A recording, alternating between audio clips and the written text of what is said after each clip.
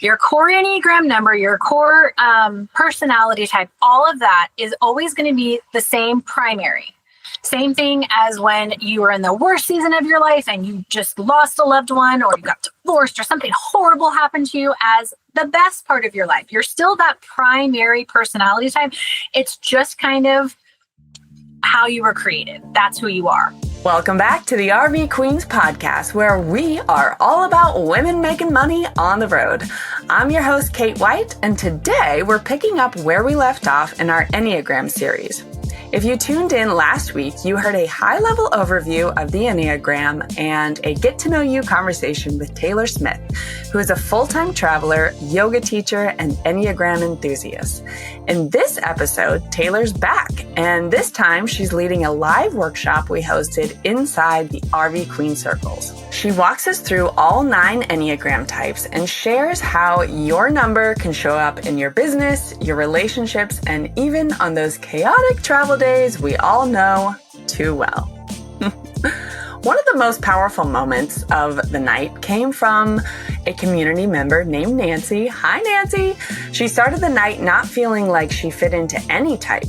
She even said, I don't like being put in a box. I mean, a lot of us can relate, right? But by the end of the workshop, she found an Enneagram number that resonated deeply with her and gave the prize that she won at the end of the night to someone else because, in her words, figuring out my number was the real win. Oof, I love that. If you've ever felt unsure about your Enneagram type or had an inconclusive test result, this episode will open your eyes to what's possible.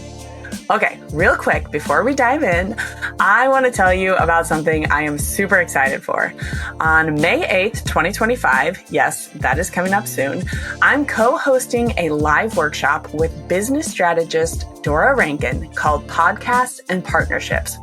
I will be sharing the exact steps I took to build and monetize the RV Queens podcast while traveling full-time with my family over the past 2 years.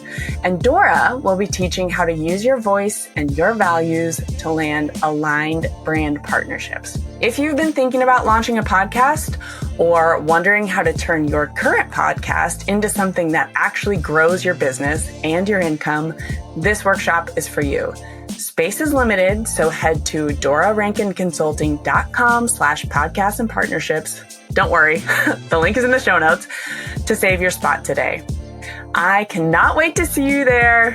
All right, my friends, without further ado, let's get into the episode. Grab your coffee and let's roll.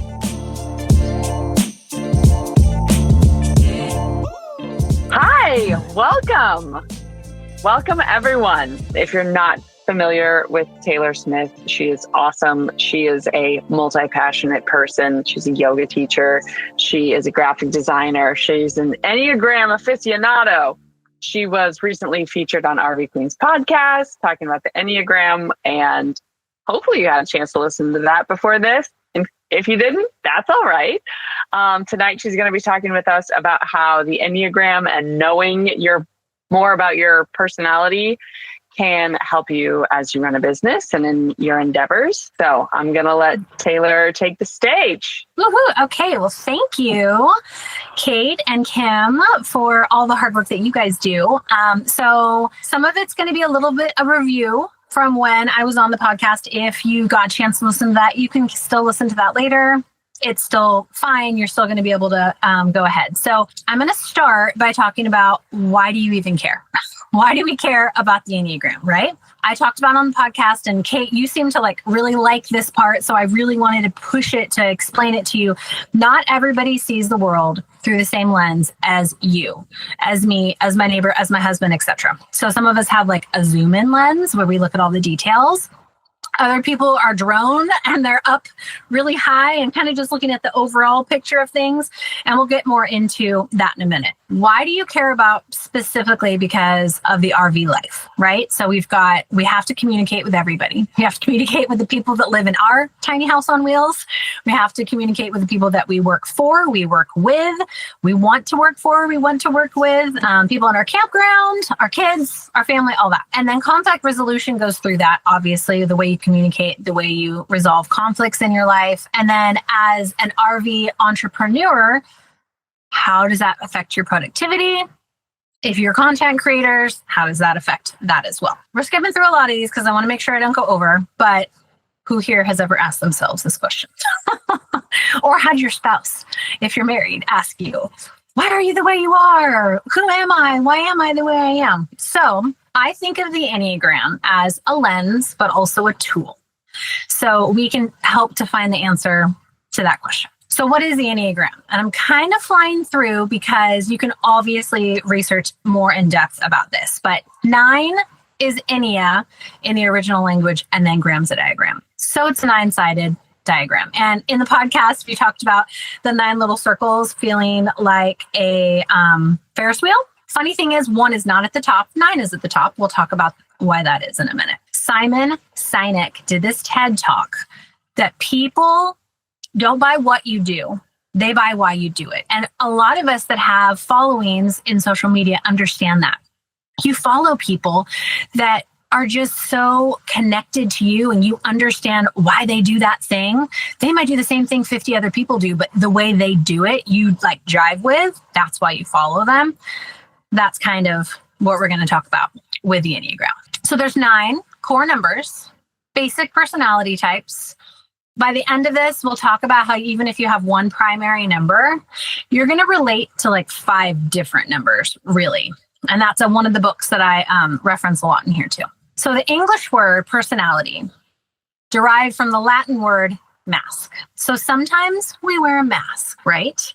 We kind of mask things. I'll kind of refer back to lenses and masks interchangeably sometimes. It talks about where the Enneagram comes from. So depending on what part of the world you're in, you might say, this is where the Incans claim that they found this on their etchings on the cave. And then Asian cultures will say like, well, no, we found this in our ancient history books. So from all the research I've done, kind of who knows is the answer, I guess I'm going to say for the short story version. But Americans, for the most part, understand that 1990s and on is when America was introduced to the Enneagram for the most part. So there was a friar, Franciscan man, Richard Rohr, and he released that book, The Christian Perspective, the Enneagram from the Christian Perspective. So that's when people that spoke English were really kind of more made aware of it. I have a fun little diagram here that I was like referencing before. Like imagine that you're hanging out with people on a Ferris wheel. We're all at a fair. Each of us has a little ride, a little cart. Now, if there are a couple 7s, for instance, I'm just going to pick on me and Kate because we're both 7s for sure. We're sitting in the 7 cup together. We see things through the same lens, if you will.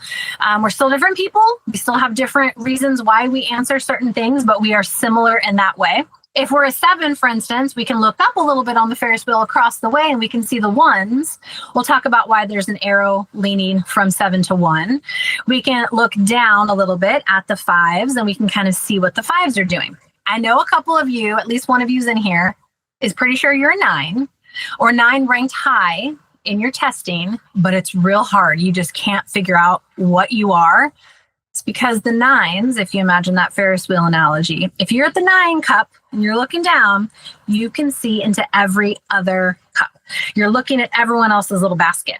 So you can relate to everyone. This is the hardest number to type. These are the people that usually call me or text me if they're friends of mine and they know I'm interested in this and they're like, help me, I can't figure this out. So tuck that in the back of your head for those of you who maybe had a hard time trying to figure out what number they were.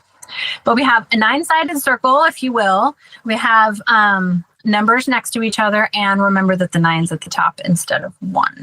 1s are known as the reformer. They're also sometimes known as the perfectionist. It depends. I'm married to a 1, been with the 1 for 18 years. I'm very familiar with the 1s. And if you look on the screen to the left, you'll see the different quotes at the bottom. These are the quotes that 1s oftentimes will find themselves saying. Or people will say them about them. You don't like it when people ignore or break the rules. You like to keep the RV tidy, plan the travel routes. You love checklists, that kind of stuff, right? Kim's just laughing. So everybody has different levels of health. And we'll talk about that when we go through all 9 numbers. Everyone's going to be healthy at their best. There's a big category in the middle where you're kind of on autopilot, which I honestly live a lot of right now in my life. And then what you look like kind of when you're at your worst. those, feel free, like I said, to screen capture those. But those are kind of the differences where you can see the benefits of that type. Like, oh, wow, I would love to be friends with someone who's productive and idealistic and very conscientious and orderly.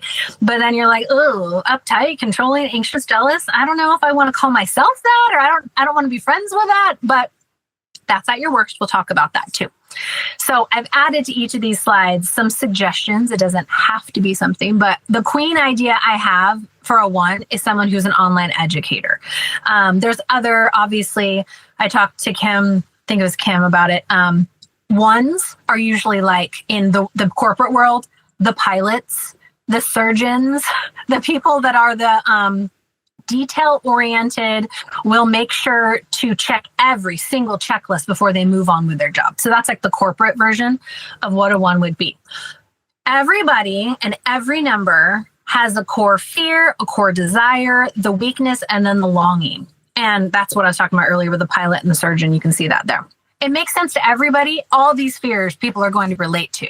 But the core desire and the core longing will really differentiate, because a lot of people will read this and go, well, yeah, I'm fear of being bad and evil and angry, but I don't really have the same longing, or I don't really have the same desire. So kind of read ahead on that. So moving to number 2, I know we don't have any here, but this is a very common number statistically. When I've researched like what are the average numbers that are most popular, you'll run into a lot of these, and they're one of the easiest numbers to relate to, especially if you've ever had children. Maybe you don't have children at home anymore, or maybe you don't have children. But if you ever had children, you probably went through a season of your life where you kind of felt like that, because you're always helping someone. Definitely a great listener. The friends that you have that you can think of are coworkers where you're like, man, they really want to know how my daughter's soccer game was, or they really want to know why we traveled to so-and-so. Like that could have been a 1. A good queen idea I thought for this would be a wellness or a health coach or a life coach. Like in the corporate world, a lot of time nurses are 2s. I know a lot of us had like corporate life before RV life. So that's an example there. They've got a fear, a desire, their core weakness. I'm going to kind of skim over this because we don't have anybody in the group now, but feel free to screen capture it if you're like, ooh, I think my husband or my mom or whatever. 3s. So the achiever. And we had a question that I'm going to talk later in the Q&A about that related to this, because there was a 3 that said, I used to be a 3, but I don't know if I am anymore. The 3 is the queen idea, is the team builder. I really don't like the word influencer, but I say it because it makes sense to people. It's the people that can rally the troops and influence people. They can be at their best. They can be at their worst, just like all the numbers. They, in the corporate world, think of the CEOs, like the big network marketing people. Fear, desire, weakness, longing. Screen capture, if you will. 4 is the artist. So it doesn't have to be an actual artist paint in hand, but a little more, about 20 years ago, it would have been the emo people, like people that were more in their emotions is kind of when you hear of the 4s. They don't feel like they kind of fit in with everybody else. I know we all have kind of imposter syndrome, but they have like deep imposter syndrome. They don't feel like they really belong. So we've got that. Their longing is to be seen and loved. So that kind of makes sense, right? A lot of hairstylists. I've actually known a few yoga teachers that are also. And the really neat little side note I always like to point out with this is writers. People that write books and movies and manuscripts, they've used the Enneagram for years. And now that you've learned more about it, you'll start watching movies and you'll start realizing, oh, I can figure out what this number is. So has anybody, or everybody probably has seen Edward Scissorhands. They based Johnny Depp's character off of an Enneagram 4, like kind of very in themselves, unique and different. Funny thing is Johnny Depp has also come out to say that he is an Enneagram 4. So like that part was perfect for that actor. You get to see that play out for an Enneagram 4. If you're anything like me and love soaking up that Midwest lake life in the summer, I've got a spot you have to check out.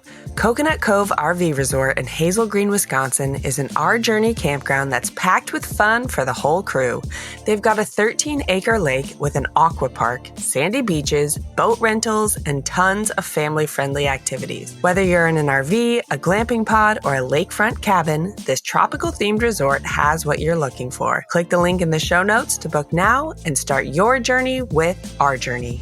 So with visionaries, you are often the person who likes to be set aside. Your social batteries might deplete a little faster than other people. So you like to be in solitude a little bit more. But you kind of feel like that because, like it says here, you think thoughts are more reliable than feelings. And you can't always trust your feelings, which is opposite from the 4. The 4 trusts their feelings more than anything else. So for the queen idea with this one, I thought online course creator. Somebody who creates an online course would be really good because 5s are also usually the smartest person in the room. Whether they are boastful about that and like believe they're the smartest person in the room, they usually are the smartest person in the room about things too. But of course, at their worst, that can get to arrogance. So we'll go through that in a minute. So corporate jobs, administration, researching things, teachers, tech jobs, that's often a 5. 6, this is an analyst type person. And the best way for me to describe this person, they would be excellent at being a risk management person for like insurance.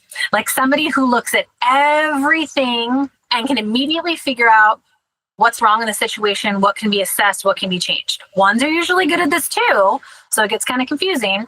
And this is like for an RV example, they always have backup plans to travel plans. Like I wish I had more 6 because they always know, well, if that doesn't work, we can do this, this, or this. That's great trait to have with RV. So I said safety coach, insurance.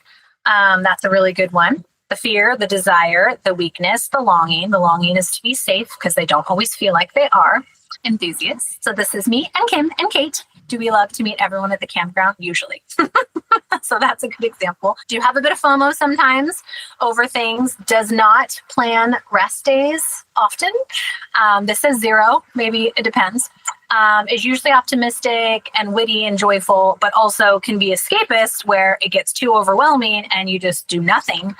And can be more self-destructive in not regulating the highs and the lows of this is so amazing. I love this travel day. This is the worst travel day ever. It's been raining for 3 days, like that kind of up and down.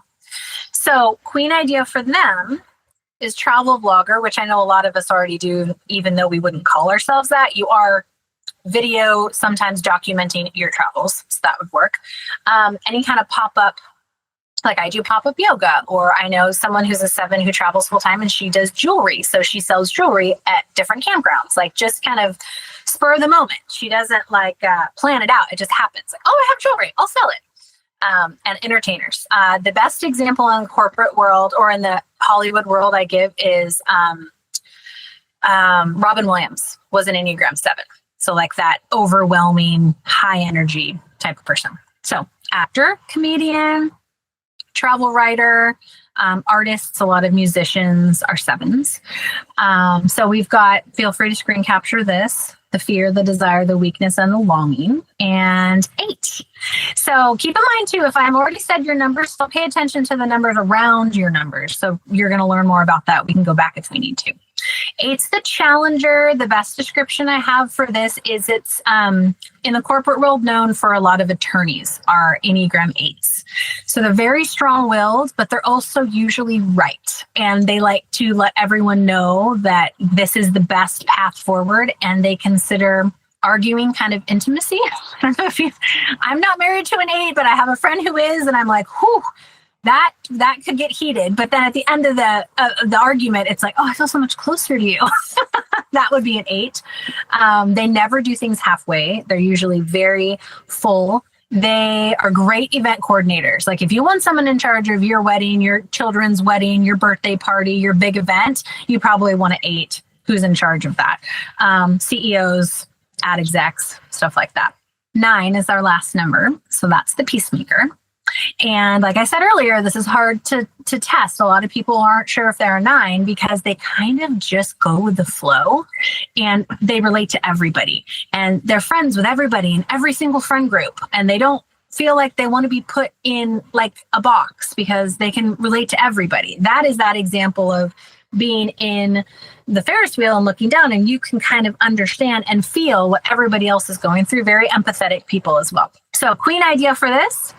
nature guide, an editor, someone who maybe doesn't want to be in front of the camera, but wants to just do like UGC type stuff. Like I'm going to document this, take pictures, videos, send it to somebody, and they're going to pay me for it. But I don't want to be in charge of putting it out on social media and pushing it. That would be a good queen idea. And so then we have writers, artists, therapists, musicians, their fear, desire, weakness, and longing. The best example of 9 is if you're ever in a friend group and someone says, hey, where do you guys want to go to lunch?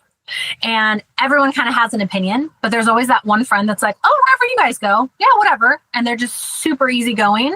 Oftentimes that falls in line with somebody who's a 9.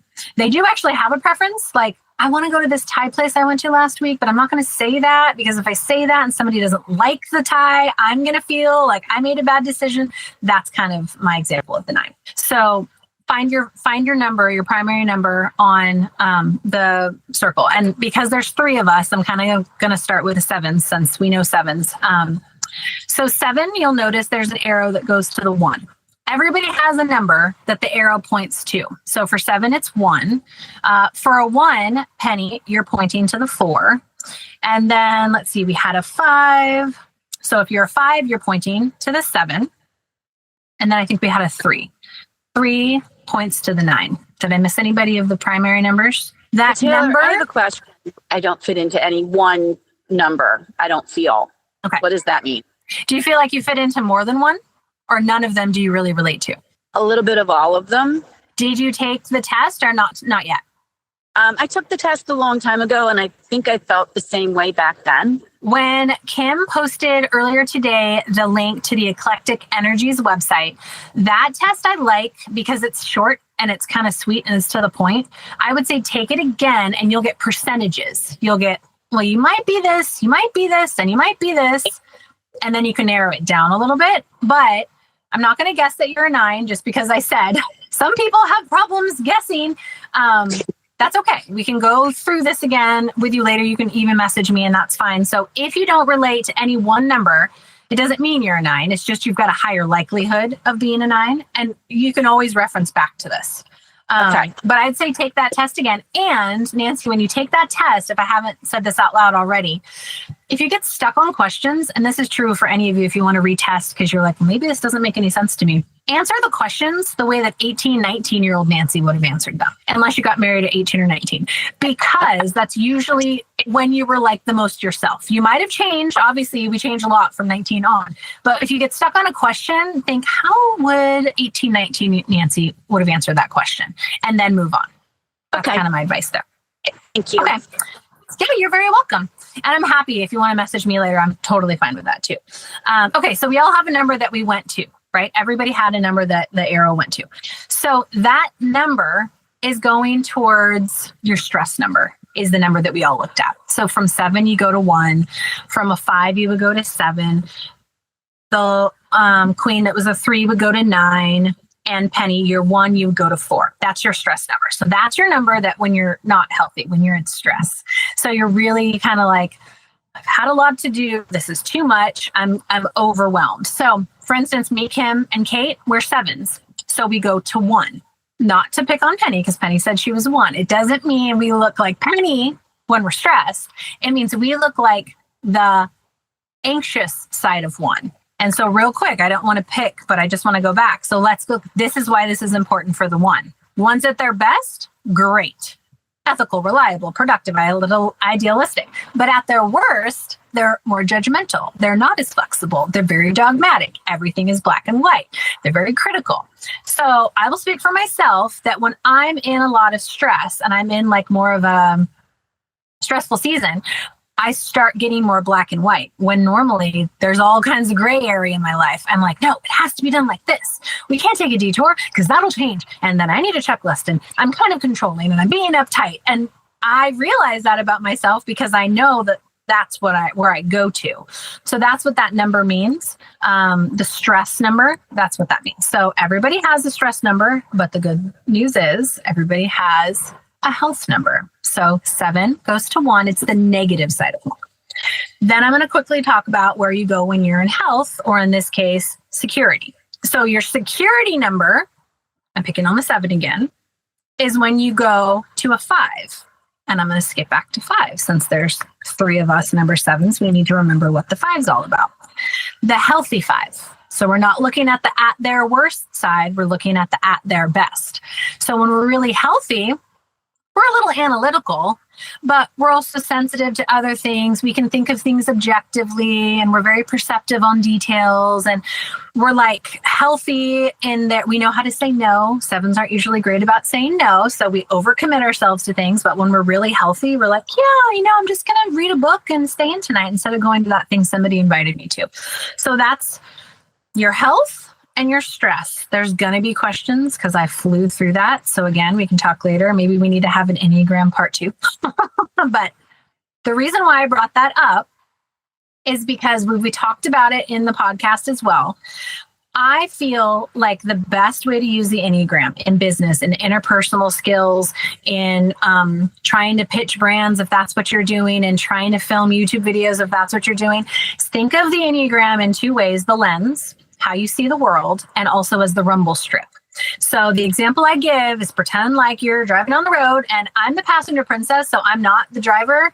But if you were driving your rig, or if you had a big truck and you're like, a big trucker, you're a bus driver and you're driving a big rig and you start to veer off your lane, you're going to hit the rumble strips and you can feel and that tells you to do something. It's your warning. Hey, alert. If you're drowsy, wake up, get back in the lane. You're veering off course. The Enneagram over the years has helped me so much to be my rumble strip, because I know what I look like when I'm healthy in a 7.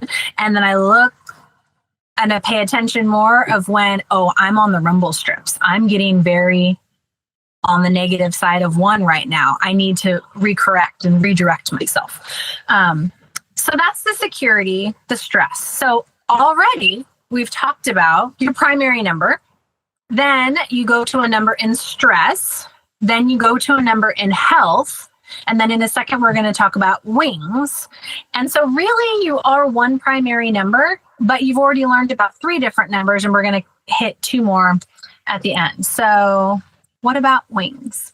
There are wings. Look at your number again. On either side of your primary number is another number. So if you're a 7, you're going to see an 8 and a 6.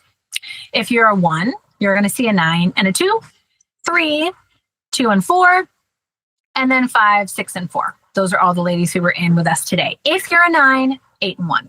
When you're looking at these numbers, it's helpful to know a little bit about all the numbers, because, for instance, if you were a 1, the 9 and the 2 are very different numbers. Remember, we said 9 is someone who's extremely go with the flow.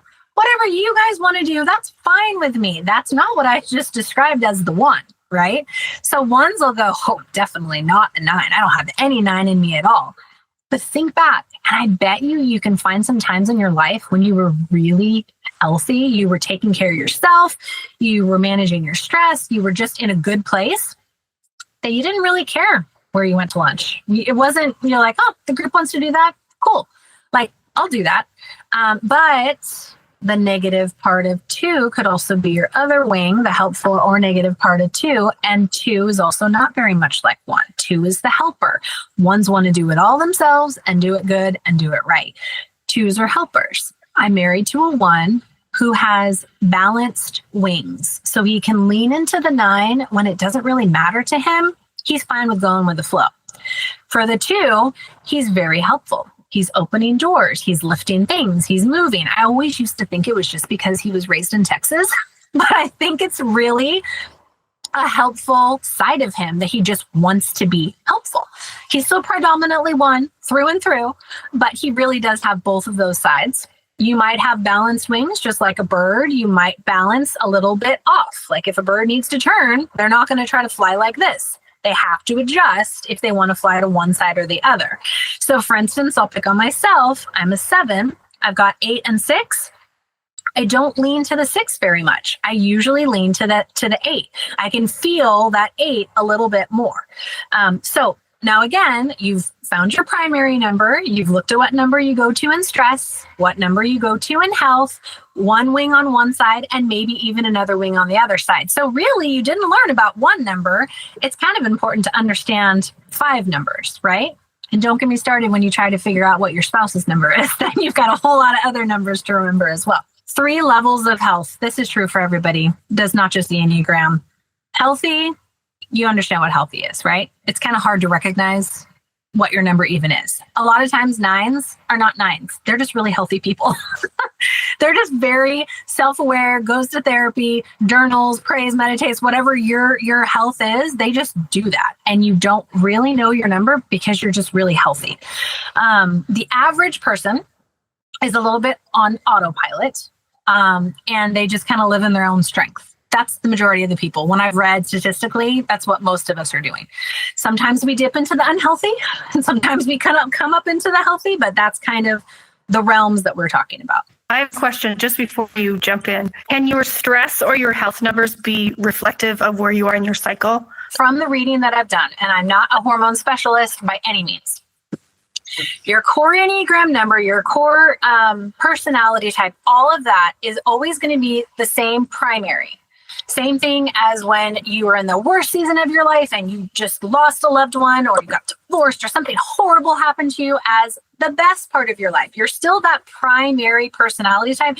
It's just kind of how you were created. That's who you are. However, your cycle does mess with you in all different kinds of ways. And so I would say, depending upon where you are in life, either too, like if you're younger, like me, a little pre-perimenopause, menopause, or beyond, I would journal things out. I would definitely journal things out and be like, man, I felt like I was way more in my stress. And then look at it according to your calendar and see where you are. Because my guess is you're going to see a dramatic difference during like your luteal phase versus your, all that. But that's a really good question. Okay, guys, how fun was that? Taylor brought such a fresh, relatable take on the Enneagram, especially for us women running businesses while living life on the road. And next week, in part 2, Taylor goes even deeper. She shows us what each type looks like under stress and how to shift back into a healthier state. She also shares a simple tool for recognizing when you're veering off course and how to course correct before burnout hits you. The best part next week in the episode is when our girl Nancy, hello again, she goes from feeling like she doesn't belong to any number to landing on a type that feels so her, right? It's the perfect reminder that the Enneagram isn't about boxing you in. It's about giving you tools to better understand yourself. You're not going to want to miss it. I will see you next week, guys. Thank you so much for tuning in to today's episode and for being part of the RV Queens community. Remember to hit subscribe on whatever platform you're listening on. And guess what? You can have conversations like I had on this episode with your fellow RV women who are living intentionally and making money on the road. Head to rvqueenspodcast.com/community to join RV Queen Circles today. It's a totally unique online space with a shared prosperity model that's all about community over competition. I'd love to have you be a part. All right, guys, I'll see you next week, or hopefully I will see you on the road.